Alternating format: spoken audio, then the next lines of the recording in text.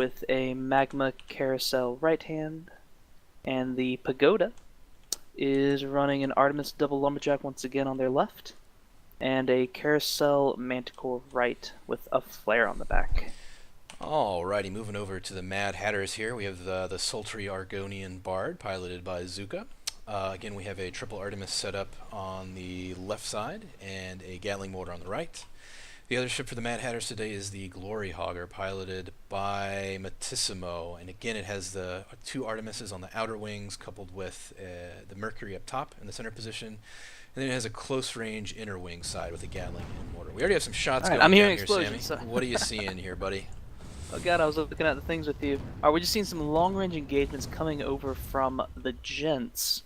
Now remember, red is Gents, blue is Mad Hatters. But all of them are gentlemen, but only the red are the Gents. Right. Yes, that is an There's no way important that will be distinction confusing. made here, yeah. But anyway, the Gents are doing some long-range bombardment, but it's looking like Mad Hatters are able to just do bombardment at range as well. Gents They actually Pagoda already have taking the... a nasty focus here. The armor was going down there, and it took maybe about a third I'm to a quarter of its surprised by thermal that. there. Yeah. I mean, it was only the Merc of that range is able to hurt the armor Right, significantly. yeah. They have... It must have just been a missed repair or something. Perhaps, yeah. I mean, if we're looking at the combined total of the firepower of these two teams, on the blue team, I believe at distance, which is the engagement range we're seeing here, we have 5 Artemises and 1 Mercury from the Mad Hatters. Is that correct, Timmy? Yes. And then for the Gents, we're going to have 2 Lumberjacks and 4 Artemises. Yes. So, something that This game might take a while. it could. Something that I've been meaning to check out lately is the armor stripping ability of the Lumberjack. That is to say, how many shots are needed by a Lumberjack in order to take down the armor of a ship. Now, I know that it does have some. I think it's roughly... I want to say it'll take like... I want to say it would take like 8 to 9 shots. That's my rough guess. On what sort of a ship? I'm sorry. Probably like around 9 to 10 shots on a junker. I could be completely wrong about that, but that's my guess. I really don't know. That's something that's definitely worth checking out here. That is one potential criticism I might make of the Gents build, is that they lack a discrete armor stripper. And I'm not sure if that was contributing to the relative speed with which the Mad Hatters were able to drop the Pagoda's hull there with that Mercury. 2 Lumberjacks should eventually be dropping the armor, especially when you're factoring in putting someone on the ground. Right. Yeah. Now, once those shots connect, it's probably sufficient. Now, a quick bit of what's going on in the match. Lusty Argonian Maid has moved in close. In fact, I don't know if you've seen yet. Yeah, this is a rather unusual tactic from what I've seen from the Gents so far. Yeah, it looks like the Argonian Maid is kind of slipping in low behind the ribs there, trying to get a flank into the southeastern ribs, into the Mad Hatter's position. Looks like he might be overextending somewhat, though. I think that the Mad Hatter should be able to screen quite effectively on those ribs and keep the Pagoda's Lumberjacks and Artemises out of the engagement. Sure enough, the Argonian Maid is starting to take a ton of fire here. A lot of disables on the Lusty, I should say, since there are 2 Argonian. Well, there's an Argonian Maid and the Argonian Bard, but the Maid is in a bit of a bad situation here. Still waiting to see some Lumberjack connections from the Pagoda onto the blue ships.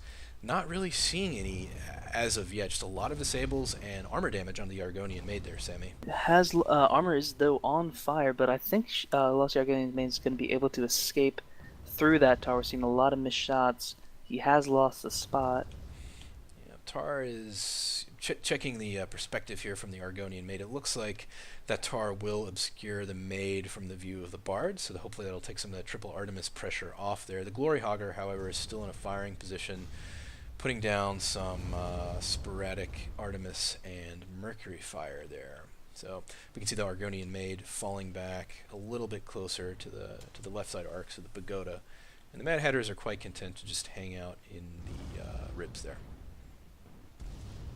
Ooh, man, this could end up being a very long match if the Gents are able to just basically keep the blue team just pinned down in this ribs. Because, I mean, yes, as, someone watching the game, I can understand yelling charge, charge, damn you! But would you want to go straight into that? I mean, how? Let's say you were on the Mad Hatters right now. What would you do to bust out of the situation? Do you think you would try to take them at range, or do you think you try to move in close? What would I do? Well, you got to keep in mind. Let's see.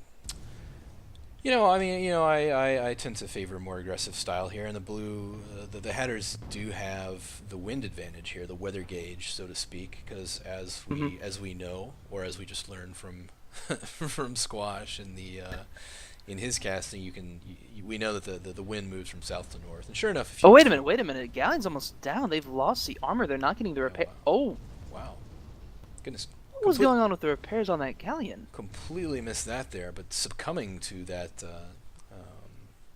quintuple Artemis fire there. Yeah, it's tremendous amount of damage laid down there. Not exactly sure what happened to the pagoda there in that situation. I mean, I guess at the end of the day, I mean, an armor shot is still doing damage to the armor. And I guess just, if you have, what, 6 guns firing on something, that'll destroy it. And that's kind of what the Absolutely. gun is. Yep. Wow. I mean, I didn't see that coming. I did not either, honestly. I thought, I think that the blue team is going to have a bit of an advantage overall with that Mercury. I think the effective. Well, it's difficult to say, but I think the Mercury does somewhat slightly outrange the lumberjack, depending on the quality of your gunners. And at the maximum, Yeah, alright, I'm spending a bit of yeah, I think part of the issue is Icicle's spending a little bit too much time on the gun, not enough time on the armor. could be. Yeah, I'm looking at the pagoda, and I'm not sure exactly what's going on because it's about to go down again. yeah, taking They've lost almost all tremendous, components. Their armor's been shredded. tremendous Artemis fire there, waiting for that hull to rebuild. There it goes. Alistair and Icicle are both tanking. Feast remains on the I'm hill. afraid people are going to use this footage for that thread that had just died down. The Artemis balancing thread. A lot of people have been posting about the Artemis being a little overpowered as of late. But again, I mean, really, we you are know, seeing 5 Artemises take down a well, galleon. As though it do was keep in 5 mind Rex. though that the Glory Hogger has a Mercury on it, and that thing will drop a galleon hull. I want to say in 6 shots, 6 or 7 shots, depending on the ammo and buff status. I I mean, think should we that's bust out the Lamatron?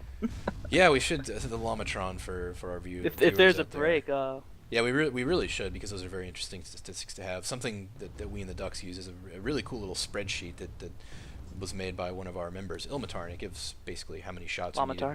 with what gun to drop a particular hull. But I think what's really giving the blue team the advantage here is that Mercury. You know, that Mercury is I really believe it is helping, accelerating. and I guess we're just not seeing the Lumberjacks connecting enough to keep the Mad Hatters out of arc. Yeah. Now we're seeing a bit of a triple Artemis Junker brawl going on between the Argonian Maid and the Argonian Bard. Blue team able to take advantage, but we're seeing the Glory Hogger finally get an arc. Yeah, blue team is getting a little more brazen here, venturing outside of those southwestern ribs there. Argonian Maid taking a lot of damage from the Glory Hogger. Those Glory mercs, Hogger actually, just those arts coming in and doing that. there we go. That's damage. something I was waiting to see. I was really waiting for some lumberjack connections on the Mobula. I feel like that would be that will really complicate the blue team situation since those Mobulas are so vulnerable to Right. balloon popping. Remember, Mobulas rise and fall really quickly. Correct, But that yeah. same goes for if the balloon is down and they fall Right. like a rock, Absolutely, yeah. tied to another rock. Glory Hogger's in a bad situation. I feel like this is kind of possibly the general target priority that if I were the Gents, I would definitely be working on that Mobula because I would be like, okay, you know, they have mostly Artemises. You can repair pretty well through sustained Artemis fire. What we really need to worry about is that Mercury. Is that Merc? Because that Mercury is going to drop our armor, and then once that armor goes down, my God, we're going to be getting hit by 5 Artemises, and that will rip the hell out of your perma. So looks like Glory Hogger is really going for the jugular here, switching to that inner wing close range side, going for the Gat kill on the Argonian Maid. Not quite It enough. should be, and we're still seeing that Merc fire up close. Very nice trifecta there. Good job keeping all 3 of those guns in arc. Not always an easy thing to do. We should have an armor break here on the Argonian Maid. Sure Armor enough, here break. comes the mortar. Now we're going to see the mortar. And Boom, there we kablooey, go. down goes the Argonian Maid. Very nicely played there by the Glory Hogger. Good usage. Good of charge, the definitely good trifecta, charge. good The pagoda was a little out of the way, so the Yeah. lumberjacks were off, and they were just able to get in there close and just take advantage of the vulnerable ship. Right. Now, the Pagoda is extremely vulnerable right now, Very, badly very hurt, yeah. kind of alone. In the ribs Actually, there. very much alone. Yeah. The Lusty Argonian Maid had a horrible spawn. The Bard is starting to put down a little bit of Gatling fire, but unfortunately for the Bard, it's really outside the maximum effective range of the Gatling. But for the Gatling, you really have to just go flat-out face hugger. And sure enough, that would work very effectively versus the Pagoda here. Just get up in their face, switch broadsides, and rip the hell out of them with a buff grease gat. I mean, that you can one-clip a Galleon armor with buff greased, so... Right. I mean, it's... Now, Pagoda's doing a good job of keeping the enemy balloons down, keeping them kind of unable to charge effectively, but they're still getting in close. Yeah.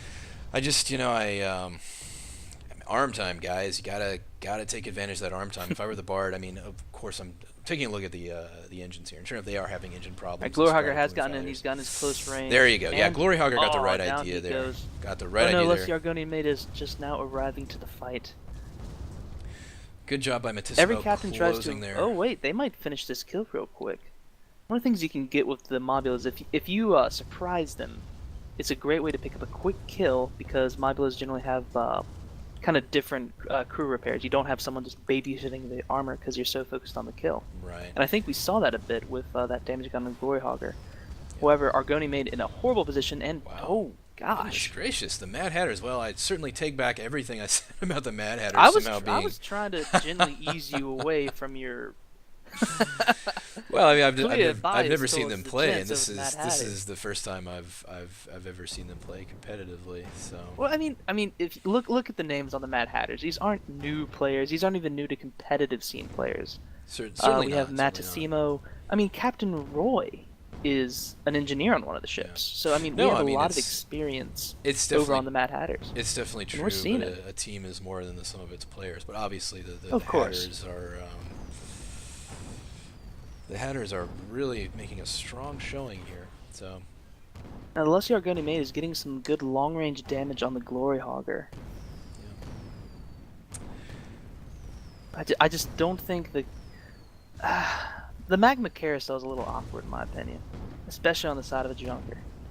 I tend I mean, to he's agree, doing a yeah. good job, but I tend to agree. There is one thing that I have played a little bit of Hades Banshee, especially on a Pyramidion, and one thing that I've noticed is there is a bit of range differential between those two guns. Sometimes, I mean, basically the Hades has a much longer effective range than the Correct. Banshee. I often found myself in a position when on the Banshee where my Hades gunner was in a good spot, but I couldn't hit with the Banshee. So anyway, now, Lusty Argoni Maid was finally able to pick up that kill on the Gloryhogger. first kill for the Gents team. Mm-hmm. Looks like the Argonian Maid here is screened fairly effectively by Tar. I'm not really the Pagoda is really not. The Pagoda really hasn't been in that much of a position to assist here. A lot of the action was taking place within. But the Pagoda the man, ribs. Pagoda, he wasn't in position, but he is there now. Yeah. Such Argonian Bard really needs to be Okay. getting out of there. Yeah, this looks like it could now. be a bad position for the Bard here. Pagoda is coming. We can coming see some good lumberjack shots take out that balloon. But I think This the Bard. might be a way for him to pick up another kill. The Bard is. The Bard. Oh, no, Bard's not. Bard's trying to. Bard's just trying to end this game. He knows if he can get that one kill, it's over. And that might be doable because look, the Gloryhogger is arriving on the Pagoda. Sure enough, it Very looks like hard. I'm gonna zoom over the Gloryhogger here. I think Matissimo going to be able to close the arm time? No, he's right on the stern, which is another good position. But all Feast has to do is make a quick 90-degree turn to the right side. Oh, here come the finishing mortar shots from the Gloryhogger. Very, very nicely timed, taking 2/3 of the Gents Pagoda's permahull down there. I think Pagoda though might be able to survive this if he can. Actually, no, he's lost his it's armor looking again. Bad if those mortar shots come in here. It looks like taking a look at the Pagoda. I think we've Oh, got. the mortar must not have been ready. Yeah, we got a double We tank saw here, some but- Merc stream in. We saw a little bit of Artemis, but not enough to kill it. But Pagoda is on duct tape and good feelings, and Sure all of enough. those are now crushed. I think we just saw a Gatling kill on a Galleon. Actually, you know what, Sammy? I'm not exactly sure that it was the Galleon that died there. I think we were actually missed the finishing kill. No. between the- I mean, I saw the other ships in the background. Was it? Still had Okay. some health Okay, left. good. I thought I'm I pretty saw. sure the Gatling just whittled down that armor Gotcha. enough. Okay. Gotcha. Cool. It'll happen eventually. Well, very, very, very good performance by